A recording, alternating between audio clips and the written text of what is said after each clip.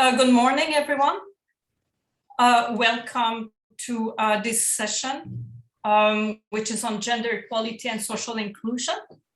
I think we're going to have a very interesting discussion. So the way we will proceed is after each presentation, which will last 15 minutes, I'm going to take some of your questions. You can write them in the chat box. And we're going to keep sometimes at the end to have a larger discussions, group discussions. The first session is gender inclusive education in the post-Soviet space.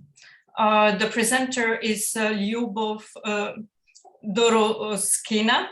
She's a national consultant at the UNFPA in Kazakhstan.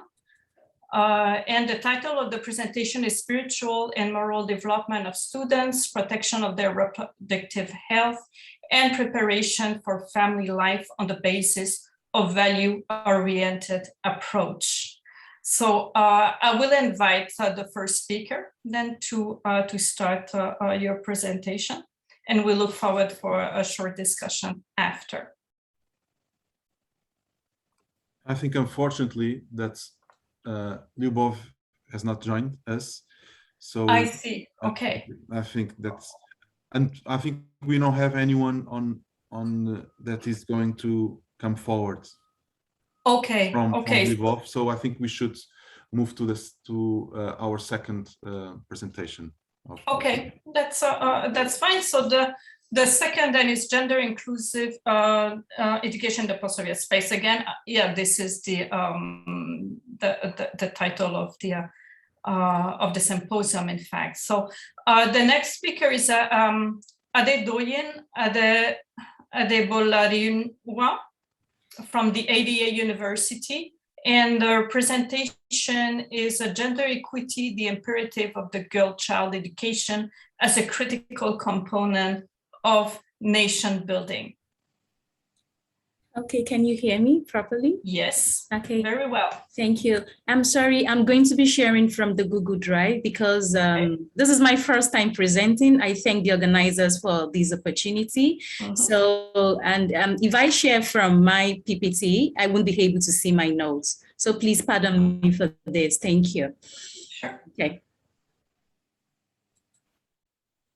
So if you have any questions during the presentations, please add them to the chat box. Thank you. Okay, so I will be presenting my topic on the imperative of the girl-child education as a critical component of the nation building. So it's an article that I try to develop, though it's not yet published, but I feel it's something I can also share, and I'm glad I'm given the opportunity to share this now. So since the topic is based on the post-Soviet states, I live in Azerbaijan, though I'm from Nigeria originally, and I used to be a master's student at Hada University. I started pursuing my PhD recently at Kazakhstan University. So I tried to look at what education is generally. And education is a tool that is the most potent mechanism for the advancement of human beings because it emancipates and leads to liberation from ignorance. With education, we leave our ignorances and we are able to understand how our world lives and how we can find our place in this world. So as a human right and as an instrument of social change, the Universal Declaration of Human Rights 1948 states that everyone has the right to education and everyone shall be free. I mean, education shall be free, at least in the elementary and the fundamental stages. So education here at the elementary level is said to be compulsory, while the technical and professional education shall also be generally, even in the higher education too, shall equally be accessible to all on the basis of merit. But the question is, there is still a lot of people who cannot assess this equality, even if the law has been there since 1948. So there is a lot of questions to be answered regarding the equality of accessibility to education, especially in developing countries. So, and part of the recommendations of the Millennium Development Goals included achieving the universal primary education and promotion on gender equality and empowerment of women. And when the MDG was replaced with the SDGs, the SDGs still didn't keep silent on the centrality of these recommendations to a nation's development. And it also emphasizes a kind of holistic approach to achieving sustainable development for all. And these goals are anchored on the recognition that access to basic education is fundamental to human rights and potential empowerment for an individual to contribute to societal growth and development. So educating a girl is paramount to building a nation and making it a better place for all to live. So like I said, I will be focusing on Azerbaijan as a post-Soviet country. So prior to the Soviet period in Azerbaijan history, the nation's education system placed a strong emphasis on Islamic education. And the religious component of education was considered extremely important, with students generally starting their formal trainings in a religious circle. And they start from the age of 5 and in institutions that are linked to places like mosque. So, but after, until the end of 19th century, then the secular elementary schools for Azerbaijan began. So most Azerbaijanis did not have access, especially the children, they didn't have access to the kind of education system that you would have found maybe in a very good way in the Soviet era. So, but after this period, there is some kind of improvements in the system of education in Azerbaijan. And the system that you have in Azerbaijan was modeled on that of Moscow, and which is one that imposes some kind of state control over each educational institution. Then the literacy rates and education levels also skyrocketed. And there is also a change in the letters from the Arabic to Latin and to Cyrillic. And so since independence, of Azerbaijan, of the Azerbaijan states, there has been lots of implementation on how to structure the education system such that it meets the standard, it meets what it is in the world generally. And according to UNICEF, based on studies on Azerbaijan, the total adult literacy rate between 2008 and 2012 was 99.8%, and the school enrollment was 87.3%. And according to EMIRA and UVIA 2021, there is a gender convention on discrimination against women. So the law of Republic of Azerbaijan states guarantees equal rights for women and men. And the article, the 21st part of it says the laws aim to eliminate all forms of gender-based discrimination and ensure gender equality in both political, economic, social, and cultural spheres. So over a decade now, gender education has recently become a concern of the Ministry of Education of the Republic of Azerbaijan. And in addition to reviewing and approving the curricula of the various gender courses, the ministry also has a kind of gender focal point. But most of these things are usually found, it's easy to meet up with all of this in Baku, which is the capital city. But when you go to the regions, it's a little different story. So there is also a new post of gender representative, which was created within the ministerial structure, and whose main mission was to achieve gender balance in the education system. So that is what it is so far in I'm taking a look at the Azerbaijan as a country and what girls' education look like. So there is this national status on the report of higher school reforms and gender education in the country as well. And according to that booklet, the gender aspect of the results of the admission to schools of higher education published by the State Admission Commission in 2004. So Out of about 90,680 applications to educational institutions, which are higher institutions, boys account for about 48.52%, while girls accounted for 51%. So these analyses by the National Admission Commission show that since the creation of the National Admission Examination, the number of female candidates has exceeded the corresponding number of boys. However, when it comes to secondary education or admission, statistics on the percentage of boys and girls admitted to higher education institutions show that the numbers are reversed. And for example, in 2004, the total number of applicants admitted to higher education institutions in the country was about 12,500 boys, and the girls 11,783. And we can see this gap, but it doesn't mean that the boys are better trained than girls for the entrance exam, which of course may be true in some cases.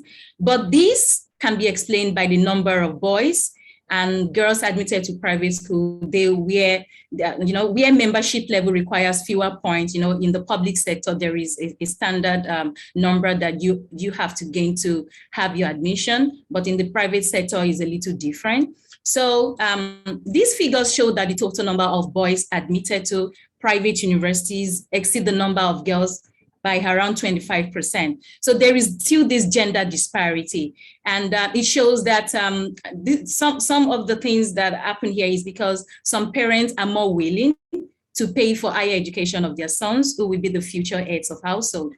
So this is not a research, but in my interaction in the classroom so far in Azerbaijan, I have had friends and even students who I ask and they are interested in studying abroad, but they will tell you, no, my father doesn't want me to go abroad because they prefer that my brother go abroad for study. But as a girl, because they think I'll marry someone who is not from Azerbaijan, I'll marry someone who is not who does not have the same religious beliefs as I have. So all of these things, I think they inhibit the girl child from developing well and contributing meaningfully to the national development. Okay. And so the statistical results also confirm that applicants are guided by social stereotypes about the kinds of courses that the males should choose and the kind of courses that the females should choose. So for example, girls represent about 96% of the candidates in the group who will go for specialties in the area of maybe teaching, psychology, or pedagogy mentioned here already. And boys would go for things in the sciences, mathematics, engineering. So, so the number of women enrolling in maybe humanitarian services and medical specialties is a bit higher than that of the men, which constitutes about 62.99 and 59.97% respectively. So these statistics just show how it is true we have all of these in the papers that, okay, there is equality, but in the real sense, it is not equality as it should be. Okay, and so like I said, it's just an article that I decided to write. So I came up with why it's important for the girl child to be educated so that the development in the country can be a better one and the country can be a better place to be, because all of these indices that I have here, they just relate to the girl child, and they are the indices by which we can measure how a country is doing well. So if a girl child is educated, she is able to empower our world and the world around her. So there will be reduction in infant mortality. There will be reduction in maternal mortality as well, because they are educated to know what to do and what they shouldn't do to keep their lives and their babies. Then there is improved socioeconomic growth, and there is reduction in child marriage. Yes, Azerbaijan, like I said, most of these things that tend to put the female gender in an uneven way. It may not really be what you can see in Baku, but when you go to the regions, you see all of these cases. And so there will be reduction in child marriage, and there will be decreased malnutrition, involvement in political processes, and especially reduction in domestic and sexual violence. After the pandemic, before the pandemic, women have been domestically, abused, sexually abused, but these cases do not show up. They are not in the media. But see, after the pandemic, we had a lot of all of these discussions coming up. So if we check all of these indices, they are what we can see, and we can say, oh, this nation is developing as it should be. So when the girl child is educated and she is able to understand all of these points, then she knows her place, she knows the right thing to do, and she knows how to come about making positive change in our society. Okay, so based on all of these things that I have read, so my recommendation on gender education development in Azerbaijan is they kind of increase gender sensitivity, especially among teaching staff in the primary and secondary schools, through the conduct of training activities for the active teaching staff and introduction of gender studies in the curriculum for future teachers. So if we start from the teachers, they have contact with the kids day in, day out. The children spend the major part of their lives in the school every day. So starting from the teachers will really help, and training the teachers, the teachers who the future teachers at the pedagogical and foreign language universities can really be of help here, in my opinion. And the introduction of gender studies in the curricula of universities of Azerbaijan regions. So like I said, in Baku, we may not have much of things to really focus on, but in the regions, we still have a lot to do in terms of the equality that the girl child has with the male counterpart. So in the regions, there should be introduction of gender studies. Then the textbooks that are used in the classrooms too, they should be gender competent, such that when these textbooks and the courses that are used as materials in teaching the pupils and the secondary schools, they have points that create a kind of equality for both boys and girls, or encourage the girls in learning more and learning what they can do to be better citizens. This will also be a good way to help out in this. A publication or collection of readers on classical feminism. And so these will encourage the female folk, and it will help them come up with ideas to make the country better as well. So there should be a collection of readers on classical feminists and gender specialists in Azerbaijani language. And this way, I believe it will also help. Okay, so in conclusion, educating girls is key to development, and it is logic. This logic should never be something that is hard to grasp, but evidence is about that if one girl is educated, then she will be able to make better life choices than when she is not educated. Educating a boy is like educating an individual, while when you educate a girl, you're like educating a nation. And educating women is just one of the single most profitable investment in terms of well-being of children's health, the community welfare, and building long-term success of developing countries. So in other words, it's like a vicious circle. So it is good for the girl in particular, it's good for the family of the girl, for the community, for the nation, and ultimately the world. So thank you. That's my presentation. Any questions? Yeah, thank you very much. This is a very interesting first presentation. It reminds me a trend that I've seen myself, observed myself doing research in Tajikistan. So we can take a couple of questions now. If any of you have questions, please, you can write them on the chat. So I guess you can also raise your hand. Otherwise, I may have maybe one question for you if we don't have any questions now. Adedoyin, I just wonder about the implications of parents, because in the recommendations that you make at the end, they're really important. But during your presentations, also you did point it out, some of the cultural issues of parents who may prefer to send their boys at schools for various reasons. So how would you see the engagement of parents into the process or other stakeholders? Okay, so like I said, in Baku, it's not. It may not be something that is much of a problem, but in the regions, and of course, we still have parents in Baku because these pupils that I talk to, they are students in Baku. But you know, we still have this conservative group who believe that the girl child should be kept, adored, so that when they go out, they are not spoiled. So the issue now is having a kind of sensitization even to parents who are outside the regions of Baku, even with the ones who are in Baku. For example, a parent who lives in Baku, who is an Azerbaijani and lives in Baku and has had the opportunity to travel abroad for education, will not stop the child from, the girl child from doing the same. But for a man who has not had that opportunity, he strongly believes that, okay, my girl child should be kept, and you can achieve whatever you want to achieve in Azerbaijan. So it's still about sensitizing and letting them know that it doesn't really matter, even if it's a girl child or a boy child, either of them can do well. Just give them the opportunity and let the country develop. Okay, yeah. Thank you. I see now that we have two questions. Susamile, you have you raise your hand, so please go ahead. Yes, thank you so much, Adedoyin, for the presentation. It was very insightful.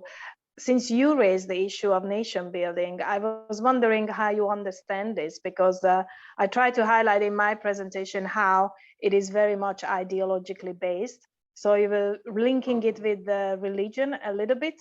So how would you say that, what kind of nation they want to build in Azerbaijan, in relation to that, how your suggestions fit? I know it's a hard question, but I'm sure you can.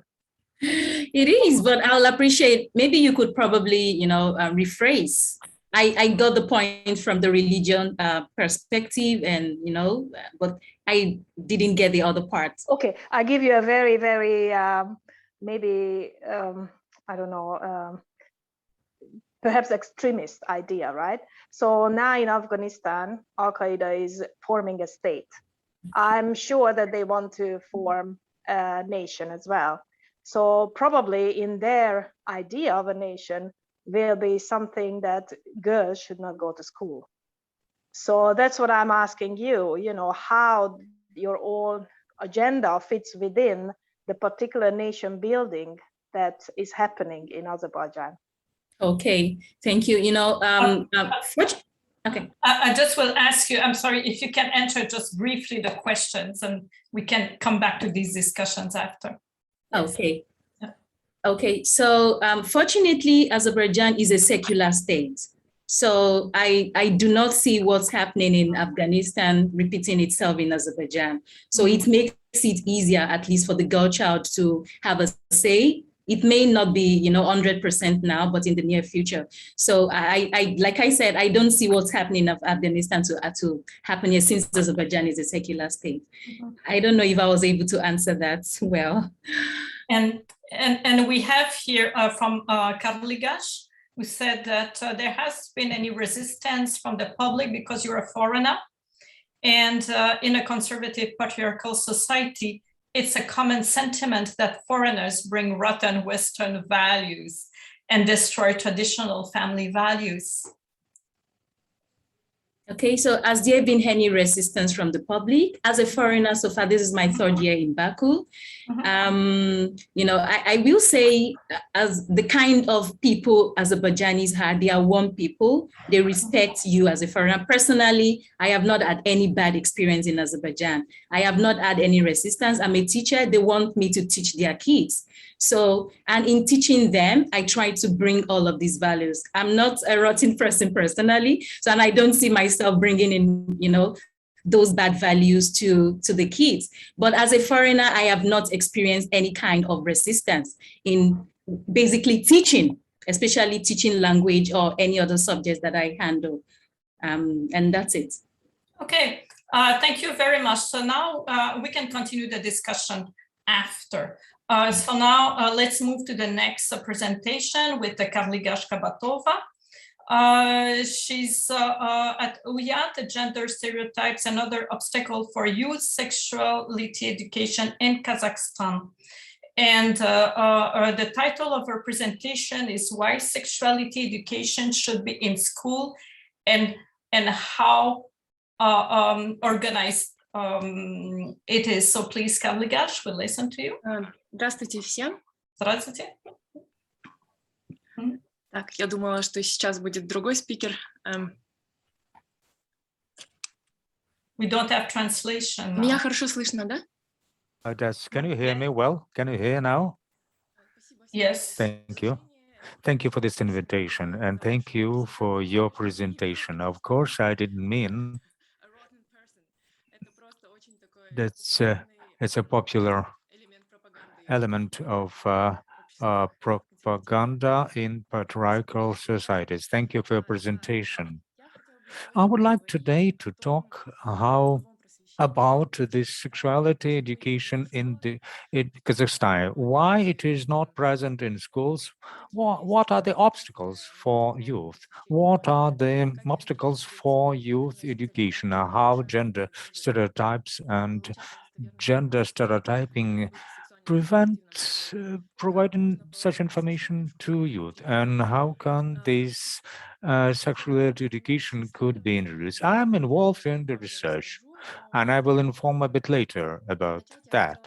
But I would like to start with this image, which you see it now. It was made in 2016. It was named then Astanawa. This female just covered the sculpture of a girl with his scarf because it was a shame for the woman to be in such an image. But this scarf fell to the figure of this female. This feeling of shame. My presentation is Uyat, Gender Stereotypes and Other Obstacles for Sexuality Education in Kazakhstan. Uyat might be translated as shame, just for people to behave in a decent way, but it's a way of shaming people.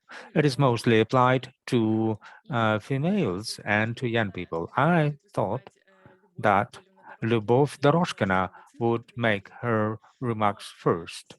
But the situation on the whole is rather sad in Kazakhstan with regards to sexuality education. There is no sexuality education.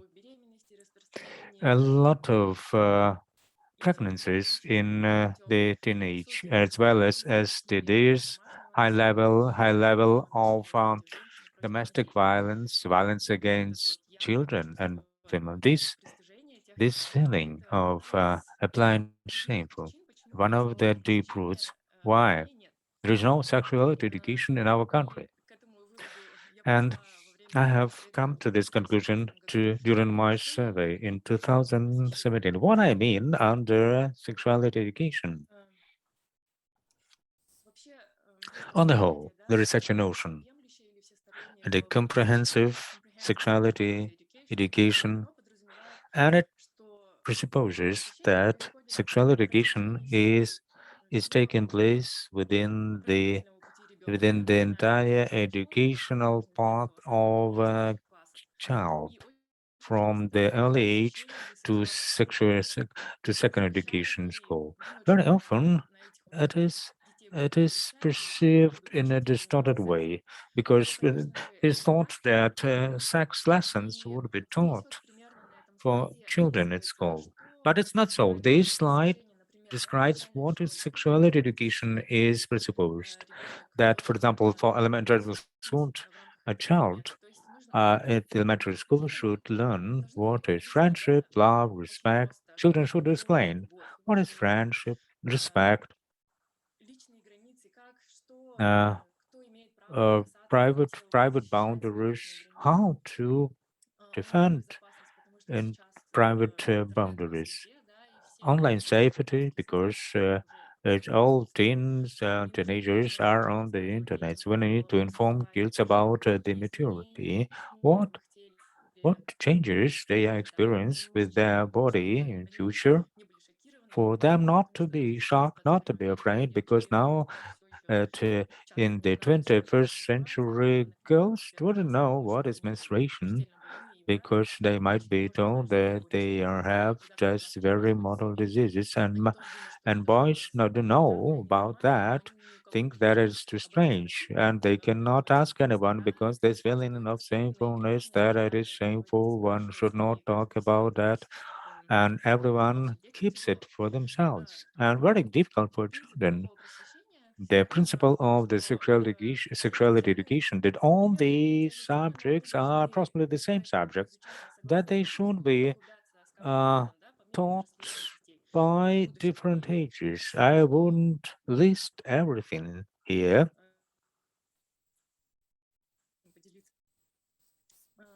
Сейчас, секунду. И какой же эффект, да, может иметь половое What просвещение? might be the effect of sexuality education? Sexuality education is not only about sex or sexual and reproductive found. That's how to build healthy non-violent relations, how to recognize where harassment is and how to avoid them, know how to protect your personal boundaries, respect other people's personal boundaries, take care of your sexual and reproductive health, approach parental responsibility, maintain safety on the net. That is what is sexual education, but not only abstination. The, no, the prohibitions never stopped children or adolescents from making love. Or in 2017, I carried out two studies. Here are the general findings. Adolescents lack reliable information. There is no sexual education in schools. Parents are afraid to touch on this topic, and though they do not talk on them maturing, the internet is their only source of information to which they refer. But of course, there is a lot of unreliable information on the internet, as well as a lot of porn on the internet. When I was making this studying, that teens told me that they've seen porn videos in the age of from 6 or 7, but still, if it didn't watch it, still their peers would demonstrate porn to them. But parents also just might have the appearance that they do not see in it anyone. And also, there's a lack of high quality internet resources. There is no such subject at school. Parents do not talk about it, particularly there are no resources in Kazakh as well. Mostly these are Russian language, Ukrainian language resources, but there are no resources in Kazakh language. I will come back again to this issue. What I have identified in 2017, there is no system in our country. It's not considered a priority. We have studied all programs on education which contain quite a formal approach. They mostly talk about a formal approach, but the issue of sexuality is beyond the scope of this curricular, because people are afraid just place two words in one sentence about sex and kill children in their discussions. There are groups of the society who are consider them activists, but as a matter of fact, against the development of this education. Initiatives mostly are with international organizations and a non-government organization. It's a good matter.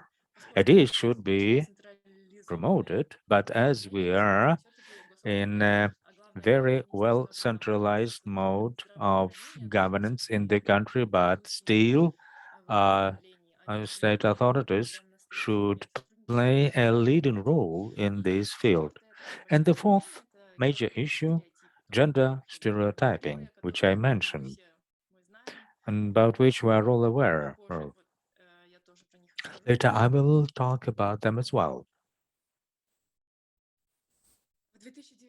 In 2019, I conducted yet another study, tried to know whether there is a need for sexual education among teens and parents. For that, if they want, and how it should look like in schools. For that, I conducted focus groups in 5 different regions in Kazakhstan. It was focus groups with teens and with parents as well.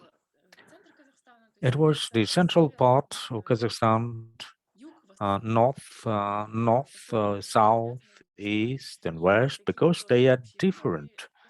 General findings of this study that teens and parents have a need for sexuality education, but as I said, they, there is a lack of sources in Kazakh language. Another issue that cultural and linguistic socialization strongly influences the readiness to enlighten. Different approaches are needed for the population in Kazakhstan. For example, a focus room with teens in the western Kazakh region. Now we don't want to hear anything in Kazakh about sex, because to know about sexuality it's equal that they won't desire to have sex, because that's how the parents are bringing up their children. Even in the focus groups with parents, many parents mention that when children ask them what is sex and how children are being born, and I said, sex is a bad thing. So when you become grown, an adult, you'll know it yourself. So when Sorry, people will Karlygash, you be have 5 minutes. and what 5 minutes. Yeah. Рожать детей и при этом планировать детей. and they plan to have their family and children, because it's considered before the wedding is shameful to have children, but you need also to know how to plan your family after the marriage. One should know about the contraception. Next, children from the early age are exposed to the influence of reliable sources of information, porn and myths. Adolescents think that porn are like manuals on sex, but they don't understand that it is that's that's a movies, because no one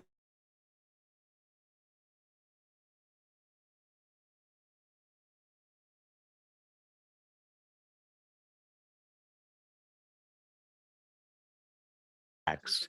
Although they just like expecting sex to have for 40 minutes, although sex act lasts only for 5 minutes. Another, this, this, and also unfair demands on boys and girls in terms of their responsibility. What I mean, in focus group with parents and teens, I have learned the following. For example, what girls are told and what boys are different. Differently, the boys are told put on condoms and that's it. To protect yourselves, and there is a long list of demands for girls. Don't go alone. Don't wear tight-fitting materials. Don't lose your hair. Behave yourself. Don't bother the guys.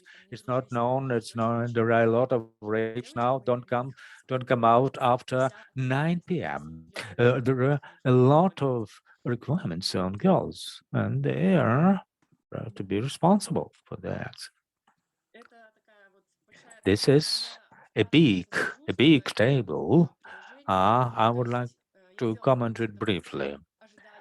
That's expectations from sexual education on part of teens and parents from whom they would like to. And we may So yourself, look at yourself. How to introduce sexuality education in Kazakhstan? My recommendations were the following. It will be ideal to have a separate subject to be taught by a separate individual who is not a teacher in the staff of the school, because children may not have trust, confidence to teachers who can learn at the same time, but it's not possible to introduce a separate subject in the curriculum because school children are overloaded with home tasks. My suggestion to allocate sexual education along different subjects. For that, it will be necessary to train teachers on these subjects, how to promote sexuality literacy of children. We need to start training pedagogues during their studying at universities. It's an example how one can integrate some topics into the school. Puberty, reproductive system can be taught at biology lessons. Lyubov Dorozhkina will tell about that as well. Now, the issue of the reproductive system in the biology textbooks, but many teens told me that this topic is ignored by teachers. We are asked to read it alone, but this topic is taught in the 10th or 11th grade. The first sexual experience starts already just in the middle. So now another that's our project. You have Uyat 1 minute now. ms.kz. И в этом проекте у нас Under this project, we have different articles and also conduct lectures, and we'll soon start the chat board for young people who will provide answers to young people on issues of sexuality. We will do that together with UNESCO. And still, this sculpture covered by this male, and it also confirms there is a request for sexual education, and it should be implemented in school. Thank you for your attention. If there are questions, it will be my pleasure to answer them. Thank you very much, Karlygash, for also very important and interesting talk. We do have here questions in the chat. There's 2 questions. The first one, more than 2, from Asusa, who says, thanks for the important presentation. Could you please speak briefly about how sex education happened in the Soviet Union? And what have been the changes to the present you have discussed in your presentations? Yeah, I think this is a question that demands a lot of reflections, but if you can answer that very briefly, that would be good. Yes. Да, в советское время. Yes, in Soviet times, on the whole, it was quite a distant approach, formal approach. The issue, the subject of sexuality education was either introduced or removed from curricular in different years. But after we have moved from the Soviet Union, even in Russia, they planned to introduce sexuality education into the curriculum. But a wave of patriarchal influence has started about family values. Sexuality education is a dead thing, is a bad thing, but still, finally, we don't have a sexual education either in Russia or in Kazakhstan. So probably, as with Estonia, this subject is taught, but in our countries, this is not so. I hope I have answered the question. Thank you. Now from Rusudan Shanturia. do religious aspects have any negative impact on Оказывают the ли религиозные introduction of аспекты sex какое-либо education? негативное влияние на внедрение полового? Я думаю, что на самом I деле think that, as a matter of fact, they conducted the UN People Foundation. They cooperated with religious leaders, both Muslim and Christian leaders. As a matter of fact, if leaders are involved, if they are explained, one can enjoy support from them, but one should be based on such common values like health, giving birth to healthy children. But it's a difficult effort to be made. There is one member of parliament in Kazakhstan not to have sexuality education in Kazakhstan. One should simply raise the level of demography in Kazakhstan, but without just support to this issue from part of the state on the whole. It will lead to nothing good, because there will be another pressure on the state with regards to providing such support.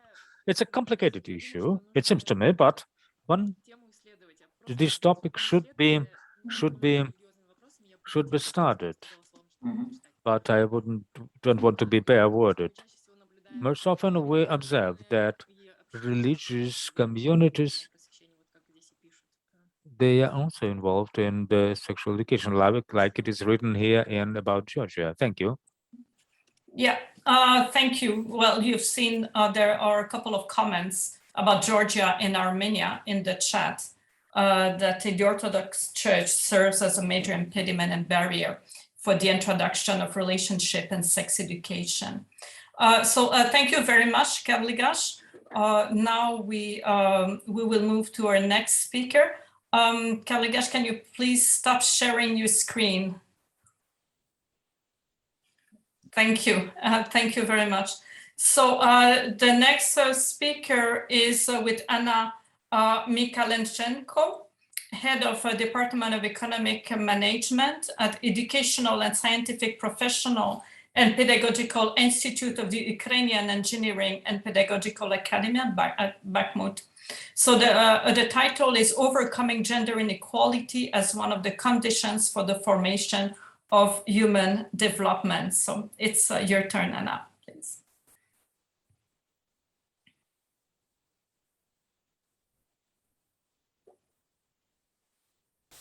Anna, I'm sorry, your microphone is off. Can you turn on your microphone, please?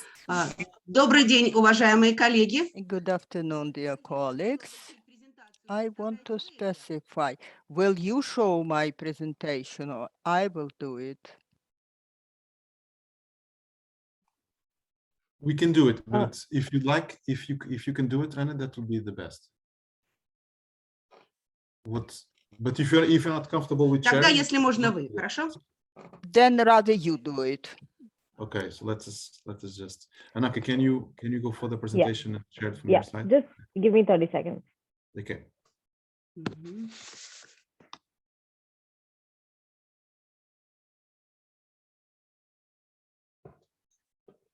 Саша, включи мне быстро компьютер.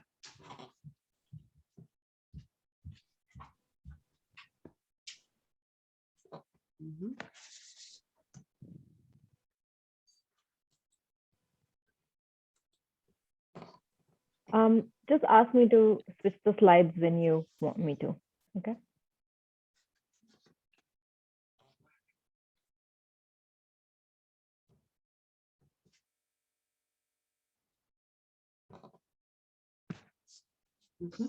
Не надо. Благодарю. Уважаемые коллеги, мне хотелось бы Dear colleagues, I would like to speak about gender inequality as one of the conditions for the formation of human development. I represent Ukraine. Our situation with gender equality has its own peculiarity, but as a whole, I must say that it is a general program. that is one of the most important for entire humanity. Women and girls constitute half of entire population of planet. That means half of the potential of entire humanity. Human right is one of the most important. Gender equality is one of the important human rights, and it contributes to implementation of human potential on the basis of sustainable development. International Institute view gender factor as one of the priorities of human development. Slide 3. Concept of human development and process of growth of human.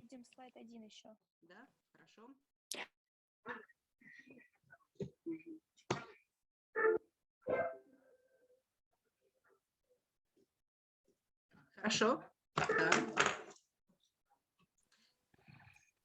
Хочу еще раз остановиться на... I want once again to speak about slide number 3. Please show slide 3.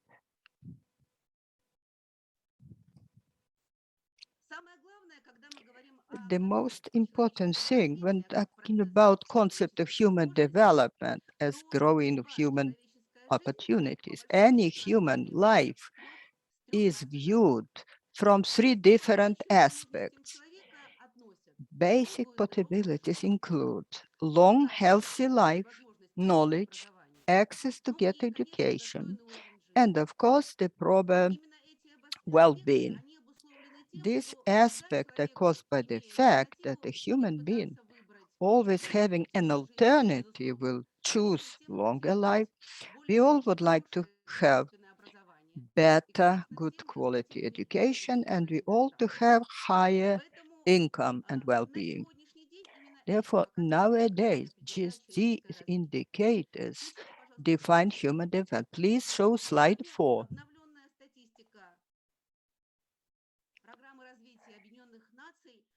The renewed UN program for 84 countries and territories views this index of human development. And I want to draw your attention that in the recent several years, understanding importance of a gender factor, additional indicators were used. Poverty index, index of development, including gender factor, gender economic development, and gender empowerment allow to assess equality of men and women, to what extent rights of one part of population and other part of population are correlated and implemented.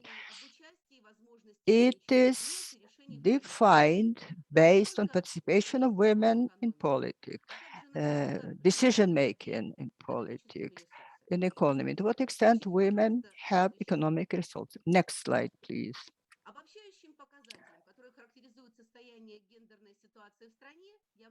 What assesses gender situation in the country? Index of gender inequality. It shows the same aspects of human development, but it is adjusted for gender disbalance. It measures development of a human being in countries of the world as regards gender equality based on main categories. What are these categories? Protection of reproductive health, second category, which is important for us. Civic rights and opportunities for women. Another important factor is economic activity and opportunity for women in labor market. Specialists of World Economic Forum published a report where they studied index of gender equality in different countries. Next slide. Next slide, please. Experts that studied this poor situation, gender balance will be achieved in 99 years, according to their data. So very sad forecast. Rating of countries based on gender equality shows very specific picture. Best indicator is in Switzerland. High level that proves huge gender opportunities for women. Other leaders are Belgium, Sweden, Netherlands, high indicators in France, Japan. Unfortunately, if you take Ukraine, it takes 52nd place. Kazakhstan is number 44. Azerbaijan, number 73. Kyrgyzstan, number 82. I draw attention to these countries because today we discuss gender policy in these countries. If you take the worst figures, these are Central Asia countries and Southern Africa. In the end is Pakistan, Afghanistan, and Chad. Today, Afghanistan government was mentioned. What are the prospects for women there in education? We see big problems with gender inequality. Situation there will rather make the situation worse. Next slide, please. As regards general index of human development, this index is calculated since 1990 by UN Development Program. We can see that the data is correlated with gender development. If you take Ukraine, out of 189 countries, Ukraine is number 74, Kazakhstan 51, Georgia 61. If you take Ukraine as a whole, most of researchers prove that such high positions, 74th place out of 189, is not so bad. It is caused by the fact that Ukraine provides high access of women to education. In general, among graduates of higher educational establishments, we didn't take the leading role. Level education for women above 15 years of age is equal to the same figure for education of boys and men. Ukraine takes high position, caused both by traditions and religious aspects. Ukraine manages to take a relatively high place.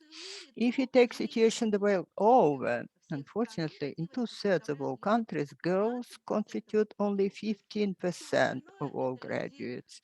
All others, people with higher education are not women. It's a very sad situation, and this picture should be changed. Government policy should be changed. Next slide, please. Alongside with that, UN and European institutions view gender mainstreaming as one of the most important priorities of human development. Millennium Goals adopted in 2000 also proclaim providing gender equality as one of the major priorities of development. It is a kind of indicator of social and economic development of a particular country and world community. Next slide, please. The same task remains a strategic goal of United Nations, one of the most important Millennium Sustainable Development Goals. Ensuring gender equality and expanding rights and opportunities for all women and girls is strategic goal number 5, among 5 most important goals of the world, together with liquidation of poverty, hunger, ensuring general primary education, reduction child mortality, mothers' mortality, and environmental problems.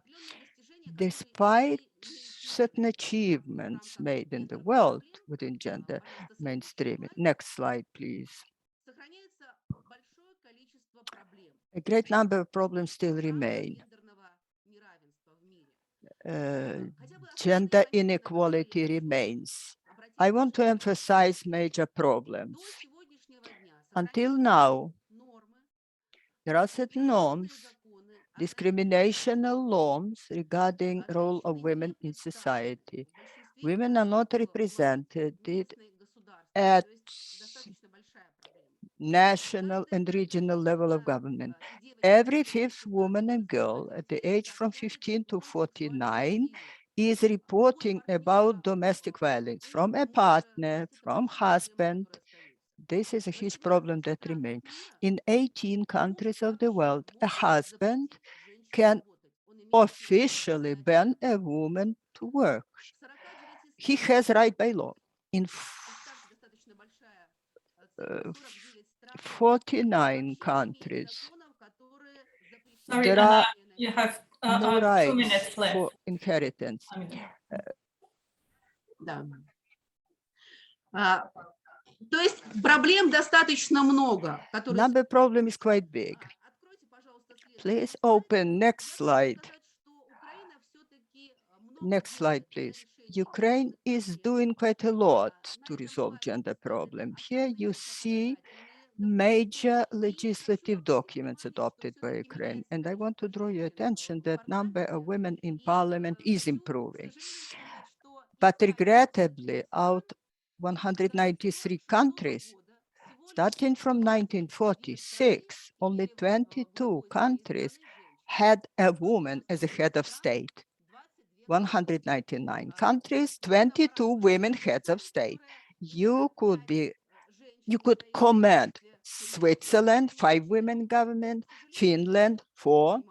Unfortunately, number of women in politics remains small. Coming to next slide.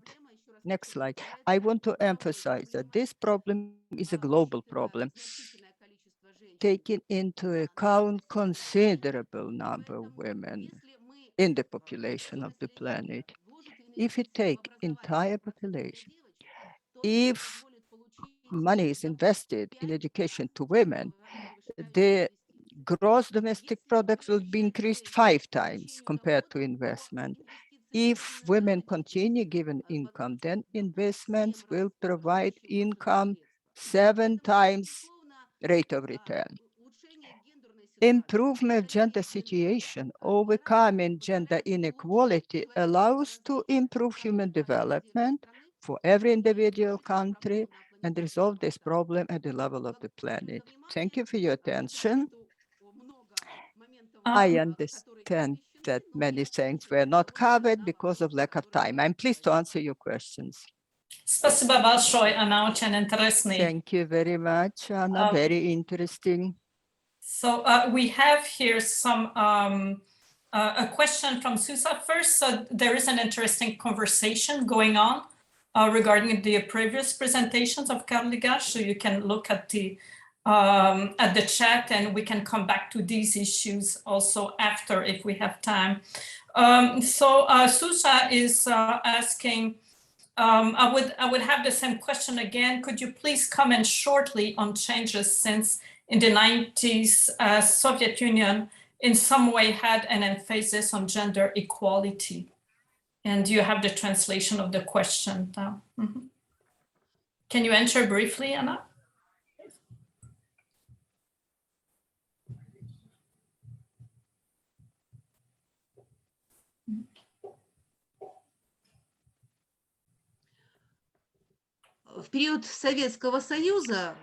In the times of the Soviet Union in 1990s, attempts were made to create educational courses.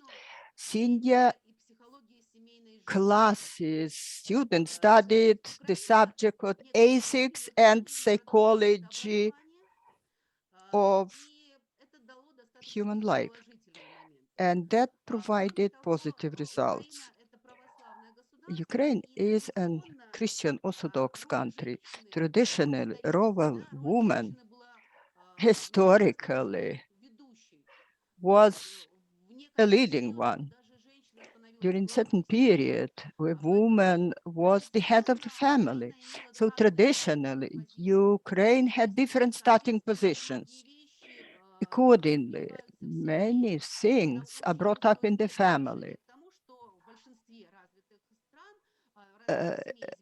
In majority of well-developed family, there is no attitude to sex like a rotten thing, as my colleague spoke. Traditionally, for Ukraine, it was easier. Now, we don't have the sexuality education problems in all schools, but there are problems like valiology or biology. They are taught at school.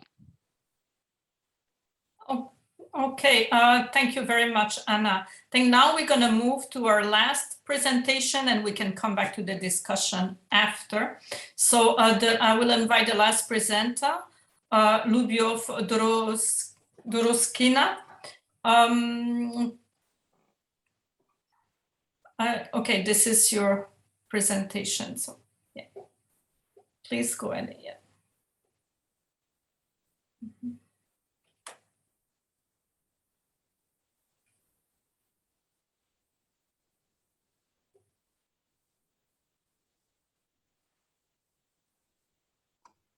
You are on mute, Lyubov. Yes, that's good. Извините. Так, звук есть, да? Добрый день, уважаемые участники. Good afternoon, dear participants of the course. It's my pleasure to welcome you from Kazakhstan, from the United Nations Population Fund in Kazakhstan. So there's no need to say to what extent the topic is relevant. I think we have here people who are taking care of our children, of our young people. These important topics should be not discussed theoretically, but also be based on practices. So to do something, we need to carry out some constructive approaches, constructive actions. Let's try doing it together.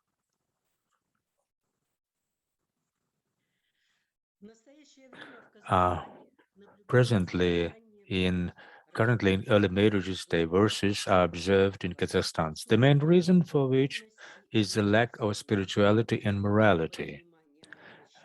We pay particulars to that, and preparedness for family life, teenage pregnancy, early abortions, the prevalence of STDs, including HIV, which can lead to various complications, including infertility.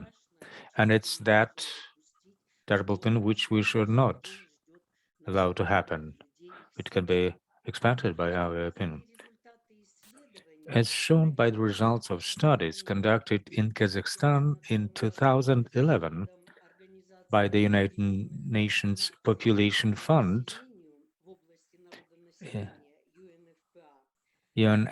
UNFPA, and in 2018, also such studies were carried out with the support of UNFPA. The average age of initiating sexual intercourse among young people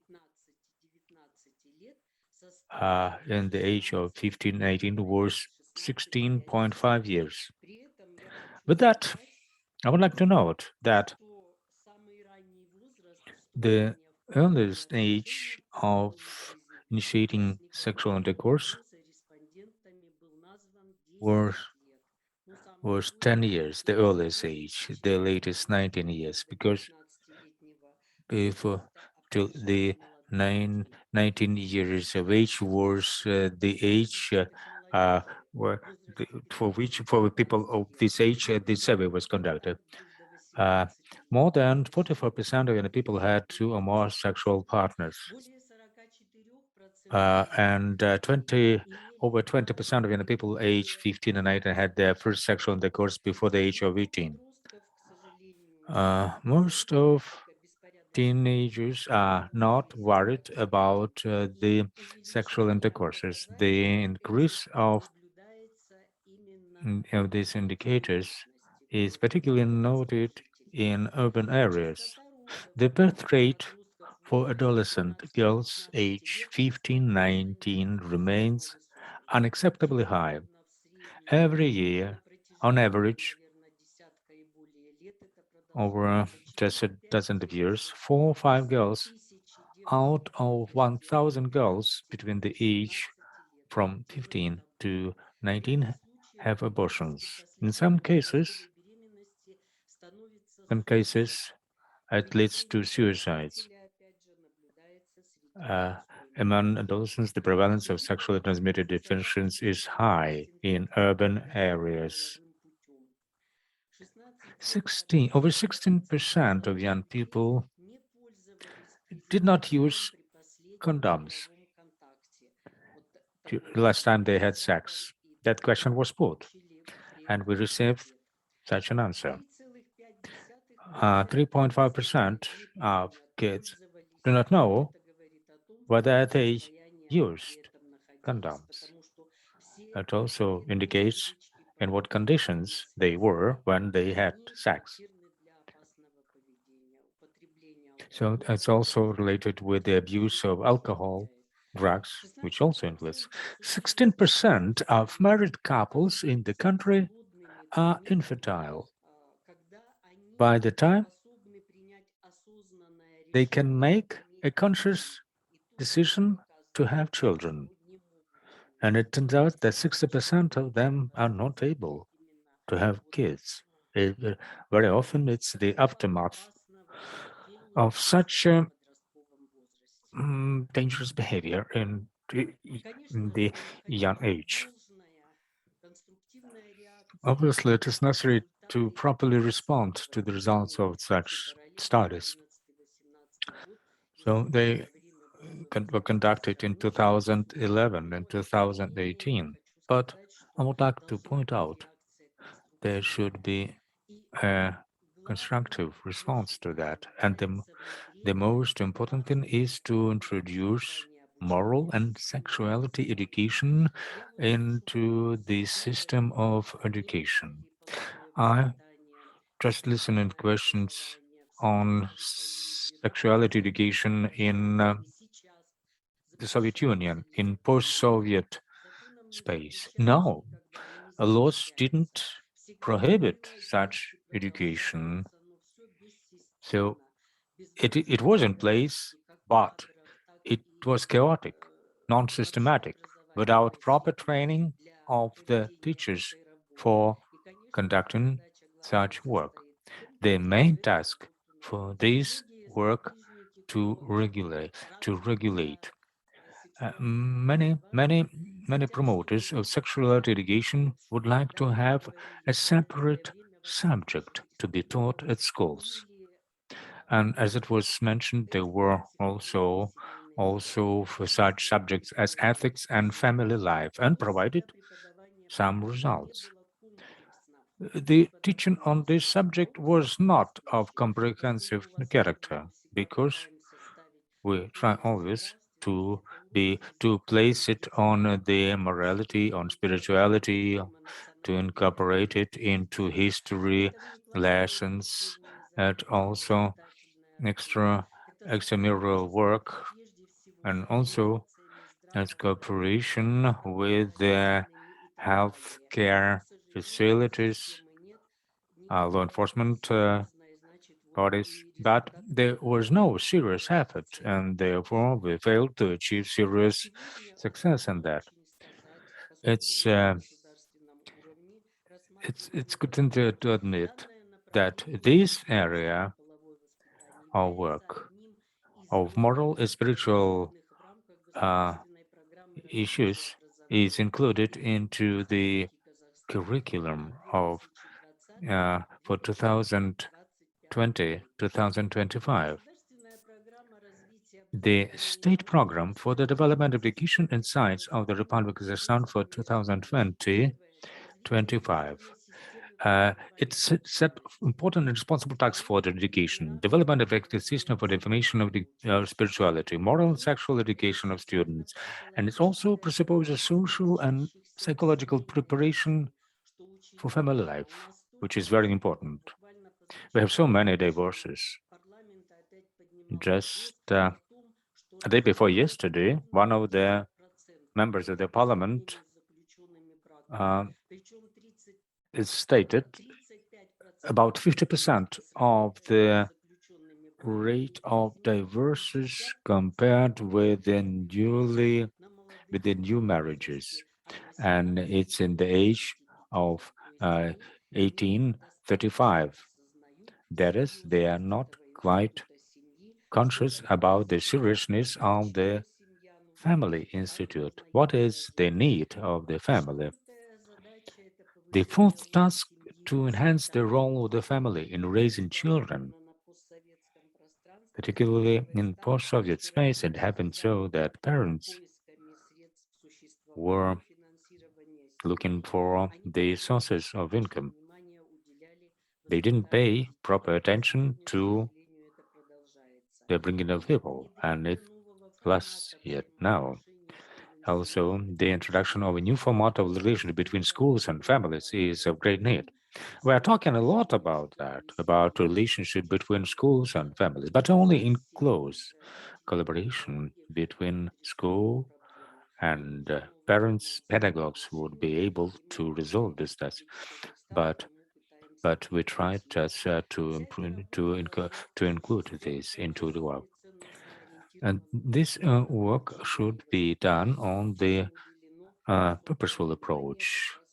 Particularly, this is the focus of the state program for development of the education within the framework of a joint project implemented since 2013.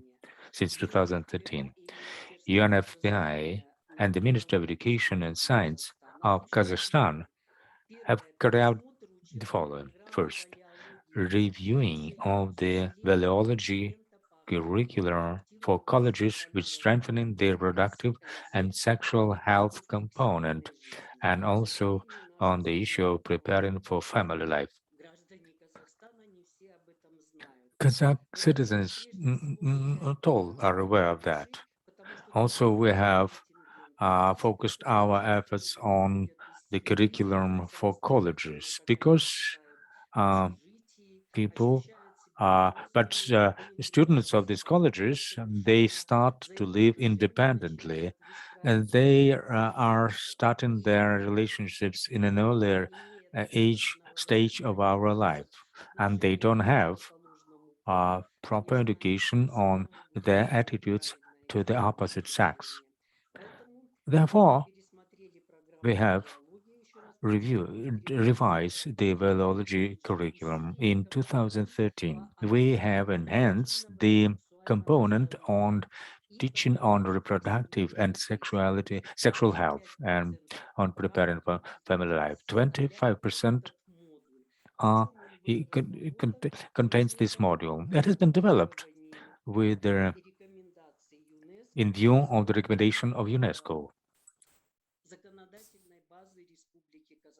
based on the laws of Kazakhstan, regulating activities of secondary schools and colleges, as well as in vocational schools. Second effort, what was done?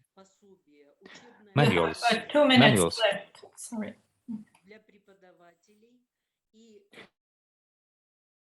The methodological manual for teachers and students were developed. Well,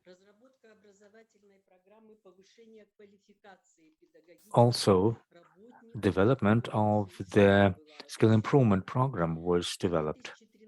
Since 2019, the manual for teachers has been twice revised. Why I'm talking about that? Because we try to keep the pace with time in view of the dynamics of the situation with the reproductive health situation in the country, and in view of adoption in 2020, the new code of the Republic was just on people's health and the healthcare system. Since 2013, teachers and students are trained on this issue. The pilot training is carried out. Results of the monitoring and evaluation of this work have shown the high efficiency of such training. Here we present the results of this study. The pilot group was taught within the training course, Valiology, as the experimental and control group. And these are the results, changes after training. The blue curve, experimental group, which was taught. Red curve, it's the control group. That's sexual contacts on condoms and awareness of treating sexually transmitted diseases. This effort was carried out and provided results. Our conclusions. Training. Yes, I would like to mention that in 2020-21, we have taught 500 pedagogues at skill improvement courses. It's only in recent years, and since 2013, the data is higher. Training on valiology has shown high efficiency in pilot colleges. The valiology subject this curriculum is extended to all colleges in the country. And also we have included secondary schools into the project. Since 2019, also the National Academy of Education has joined the project, as also an independent organization as by of intellectual schools. There is an ongoing process of the professional education for teachers of colleges and schools for the Republic is being carried out on the basis to develop a program for the formation of spirituality, morality. And of course, we continue training of students at schools and colleges. Thank you. That's briefly about our project. Okay, thank you very much for your presentation and for sharing some of the effort of the government of Kazakhstan in terms of sexuality education, especially. Here there is a question in the chat from Susa. You can see the translation below, but let me read it in English. Thanks for the presentation related to young people's life. You mentioned divorce and the value of family in way related connect to sex education. Finland is considered a very old country and had sex education in schools. Still, divorce is very high. Wondering about the relationship of sex education and divorce in your comment. Can you answer briefly? Так, интересно, как связаны половое воспитание и развод, спрашивают. So the question is, what is the relation between the divorces and sexuality education? The family is the main value for the society. What are the rights and duties of family members? Family values on regional and national traditions, and the issue of the responsible parenting. While establishing a family, you have children. What is meant to be a responsible parent? That is how briefly we associate it. There is divorces and sexuality education. We also consider gender issues, gender equality, gender violence, domestic violence, also forceful marriages, religious marriages. So we are short of time to cover all the issues. We educate correct relationships among genders. And what is the family and what is parenting? I think to some extent it would influence to the decrease in the number of divorces, although it's clear that it's not possible to safeguard it fully if we do not do it. Thank you very much. Karlygash, you have a question. Пожалуйста. Thank you. Спасибо. Меня слышно, да? Thank Спасибо. you. Thank you, Lyubov Dorozhkina, for your presentation. My question is, in my work, I always very attentive to the words morality and spirituality. People might understand differently. Do you think there is some risk?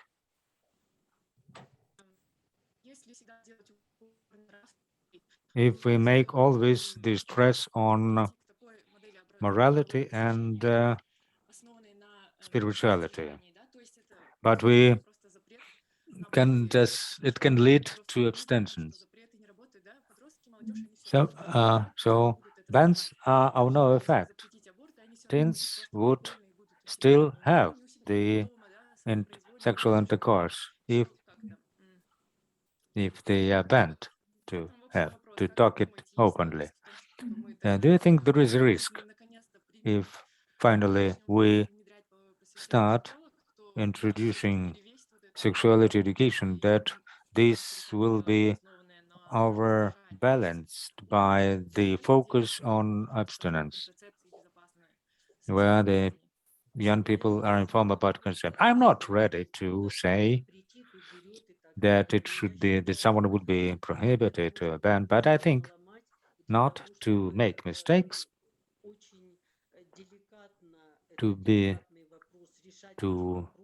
this is a very delicate issue, but we should resolve this issue in view of the regional and national traditions. But the most reliable way not to get pregnant, not to have the sexual transmission disease, it's to abstain till some age. And the first and second, and another reliable friend of young people is a condom.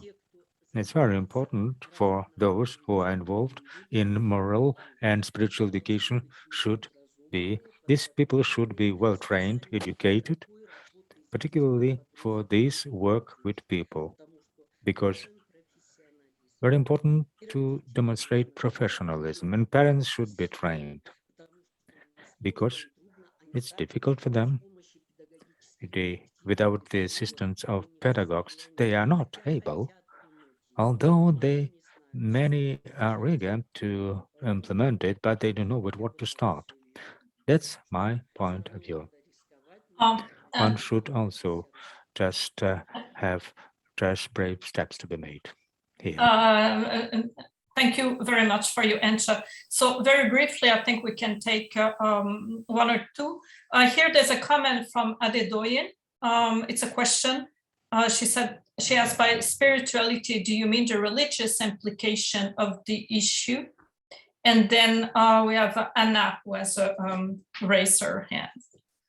So can you answer very briefly to Adedoyin's question? No, it's not only religious aspects. Spirituality, both morality, that's personal features. Morale is a social category of individuality, and also individuality category. These features are typical for all, and this regard we consider. As for religion, this issue has been raised at this forum. I also participated in this project with UNFPA in contacts with religious leaders, just in such religious matters like Quran, Bible. Such things are embedded. All is also covered there. In that regard, spirituality is considered from the religious point of view, but we cannot just follow the course that it is only on that basis, but we should reach the consensus. What is positive about both with the religious and with the secular society? We should be able to converge to use the entire potential in educating children in the society. Спасибо, Дорожкина. Anna, you have your raise. Yes, you have. Пожалуйста, Anna. Я больше хочу I would поддержать. like to support.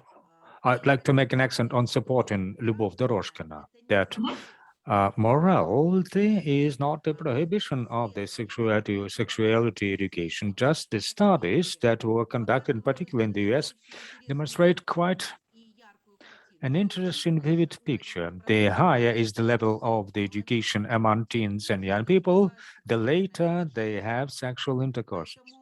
Therefore, one should speak probably not about the prohibition, but particularly about the moral education. We're already moving into the discussions. I also would like to answer the question about Finland, but that probably later, not to take a lot of time. Thank you. Okay, thank you very much. I'm afraid that the time is already off. I don't know if we can take maybe one more question or comment. No, that's awesome. All right. Let's go. Yes. Let's go for one more question or comments. Let's go. Let's take one more. Any questions or comments? It could be a general, not only on the last presentation, but Karlygash, you have your hands up. Thank you. It's me again. Спасибо большое, Любовь. Thank you. Thank you, Lyubov Anatolievna. I would like to ask you about school teachers whom you taught. Is there any feedback from them? Because it's a very complicated topic. Do they teach school children themselves? How teachers from school are selected for your training courses? I mean, the selection is done by oblast departments of education. We define only categories for our training course, like the deputy headmasters on educational work. They are key figures. They influence the situation. They create a system in carrying out education. Rank and file teachers are managers only at their classes, mostly in the person of officials, as well as psychologists are included into the training. I didn't have enough time because we pay a lot of attention to psychological work.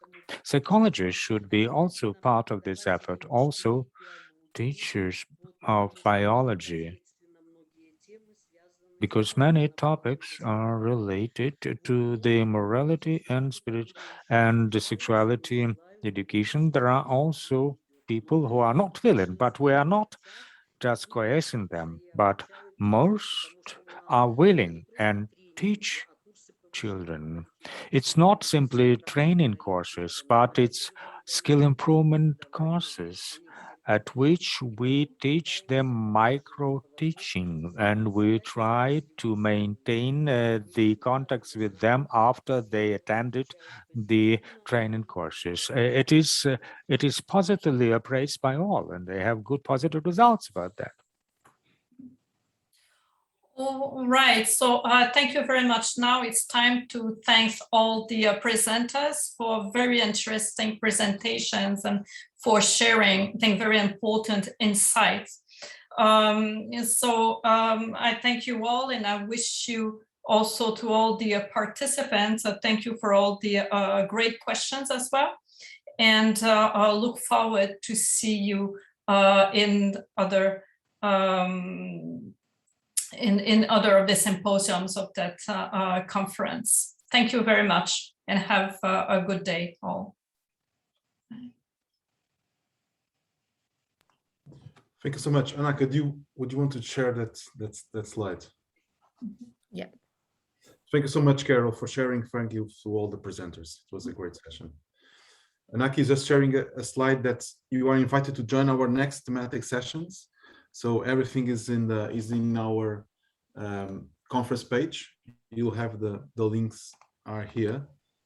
So the next sessions, you can, by clicking on the chat on the link that I shared just now, you will be able to join our next sessions. Okay. Thank you so much, Carole. Thank you to all the presenters.